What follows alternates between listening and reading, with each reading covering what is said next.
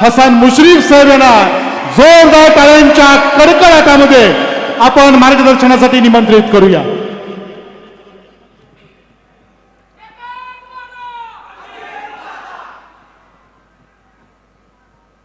कैलासवासी PN पाटील साहेबांच्या या पवित्र भूमीमध्ये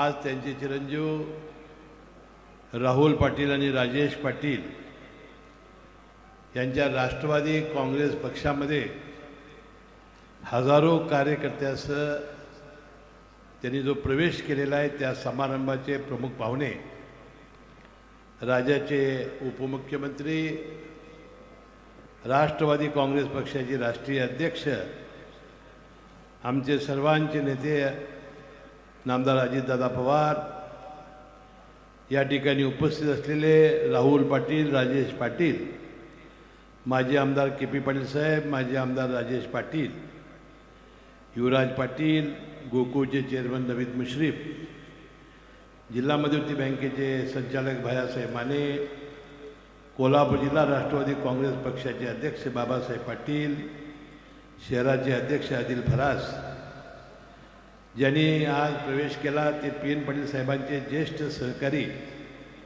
PD धुंदरे साहेब, BH पाटील साहेब, राहुल पाटील यांच्या सौभाग्यवती तेजस्विनीताई पाटील, भोगावती कारखान्याचे चेअरमन शिवाजीराव पाटील, गोकुळ संघाचे संचालक बाळासाहेब खाडे, या ठिकाणी उपस्थित राष्ट्रवादी काँग्रेस पक्षाचे अध्यक्ष शिवाजीराव देसाई, प्रदेश सरचिटणीस मधुकरराव जांभळे, दुसरे आमचे मित्र आणि ज्यांनी प्रवेश केला ते शंकररावजी पाटील, भुयेकर, भैया भुयेकर, संपूर्णपणानं व्यासपीठावर सर्व नेते मंडळी, भागाभागातून आलेले PN पाटील साहेबांचे सर्व मावळे, बंधू भगिनी आणि तरुण मित्रांनो आणि पत्रकार बंधूंनो, मी राष्ट्रवादी काँग्रेस पक्षाचा जिल्ह्याचा प्रमुख म्हणून आणि अजितदादा पवार साहेबांच्या पक्षाचा एक सैनिक म्हणून मी राहुल पाटील आणि राजेश पाटील यांच्या राष्ट्रवादी काँग्रेस पक्षाचं मनपूर्वक स्वागत करतो, त्यांचं अभिनंदन करतो आणि त्यांना शब्द देतो की राष्ट्रवादी काँग्रेस पक्षामध्ये आपण येऊन काहीतरी चूक केली असं आयुष्यामध्ये त्यांना कधी वाटणार नाही. अशा प्रकारचं काम आम्ही दादांच्या नेतृत्वाखाली मी आणि माझे सगळे सहकारी जिल्ह्यातील करतील, योग्य तो मान सन्मान करतील. आणि मी तुम्हाला शब्द देतो की तुमच्या मनात ज्या भावना आहेत त्या कशा पद्धतीनं आपला बॅकलॉग भरून काढायचं याचं काम अजितदादा पवार केल्याशिवाय राहणार नाही.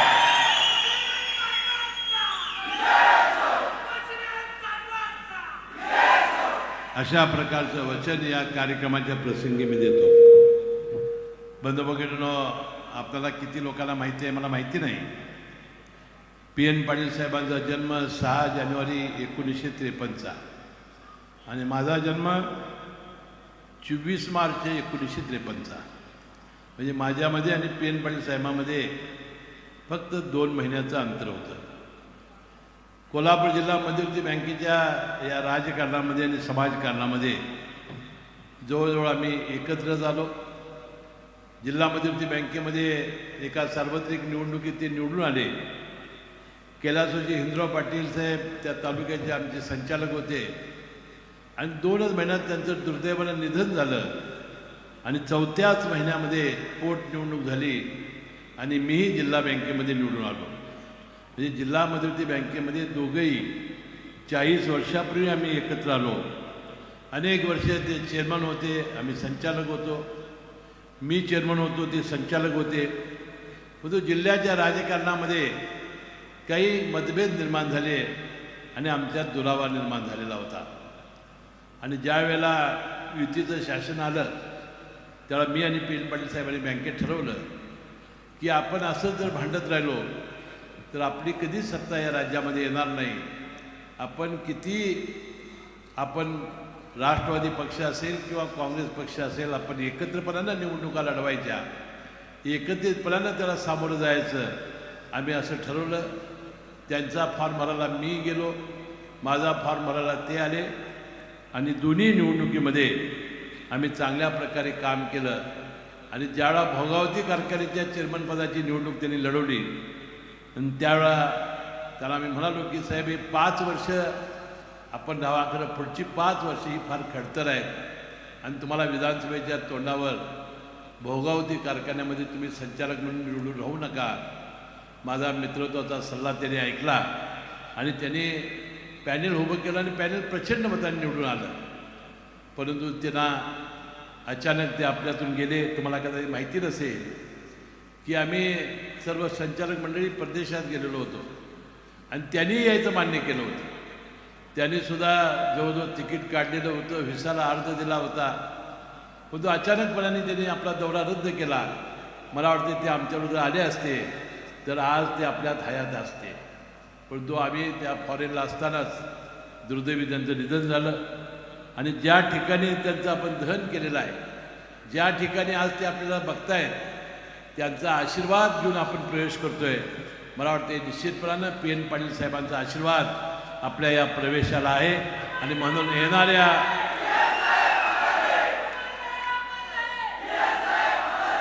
या सर्व राहुल पाटील आणि त्यांच्या सहकाऱ्यांच्या या मार्गक्रमणामध्ये त्यांचा आशीर्वाद ते आपल्या पाठीशी राहील आणि सर्व क्षेत्रामध्ये आपण चांगल्या पद्धतीनं काम करू असा विश्वास मी या निमित्ताने व्यक्त करतो.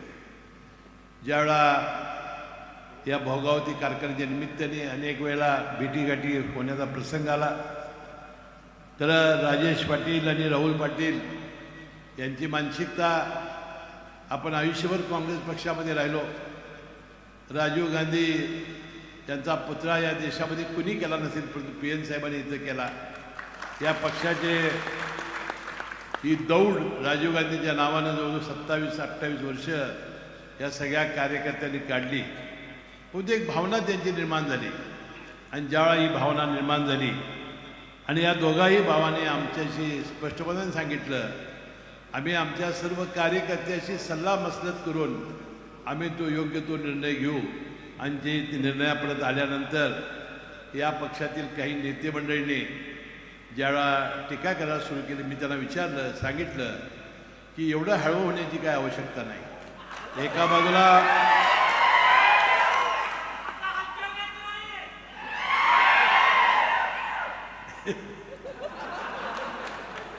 एका बाजूला काँग्रेसची सगळी मंडळी ही अनेक पक्षामध्ये जात आहेत. आता आपल्याला माहिती आहे की थोपटे साहेबांचे चिरंजीव आयुष्यभर होते, ते गेले. परवा आपले विश्वजित कदमांचे अतिशय जवळचे नातेवाईक जगताप माजी आमदार हे गेले. परवा पृथ्वीराज पाटील सांगलीचे गेले. अनेक आमदार मंडळी जात आहेत. मी माझ्या मित्राला सल्ला दिला, जर PN पाटील साहेबांचं आपलं एवढं जर प्रेम असेल, बंधुत्वाने आपण त्यांनी प्रेम केलं असेल आणि त्यांच्या चिरंजीवानी त्यांच्या सहकार्याने आपल्या भवितव्यासाठी काय विचार केला असेल तर त्याला अपशकून न करता त्यांच्या मागं राहणं आणि त्यांना आशीर्वाद देणं हे आपलं काम आहे आणि हे काम आम्ही स्वीकारलं.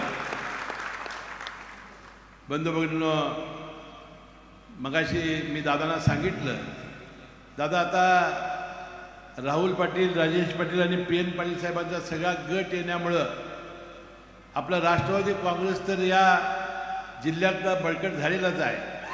यांच्या येण्यानं 10 हत्तीचं बळ तर आमच्या अंगामध्ये आलेलंच आहे.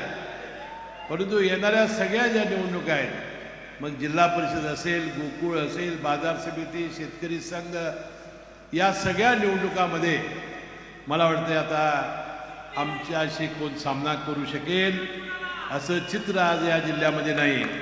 आणि राहिला विधानसभेचा प्रश्न, त्याबद्दल दादा आपल्या मनोगतामध्ये त्याबद्दल सांगतील आणि आपल्या या संपूर्ण गटाच्या मागं आम्ही सगळीजण हिमालयात उभं राहू. कुठलंही तुमचं संकट हे आमचं संकट आहे समजू. कारण PN साहेबांचं आणि माझं एक वय असल्यामुळं राजेश पाटील आणि राहुल पाटील हे दोन्ही आम्हाला मुलासमान आहेत. या मुलांचा सांभाळ करणं त्यांना ओट्यात घेण्याचं काम आज आम्ही करतोय.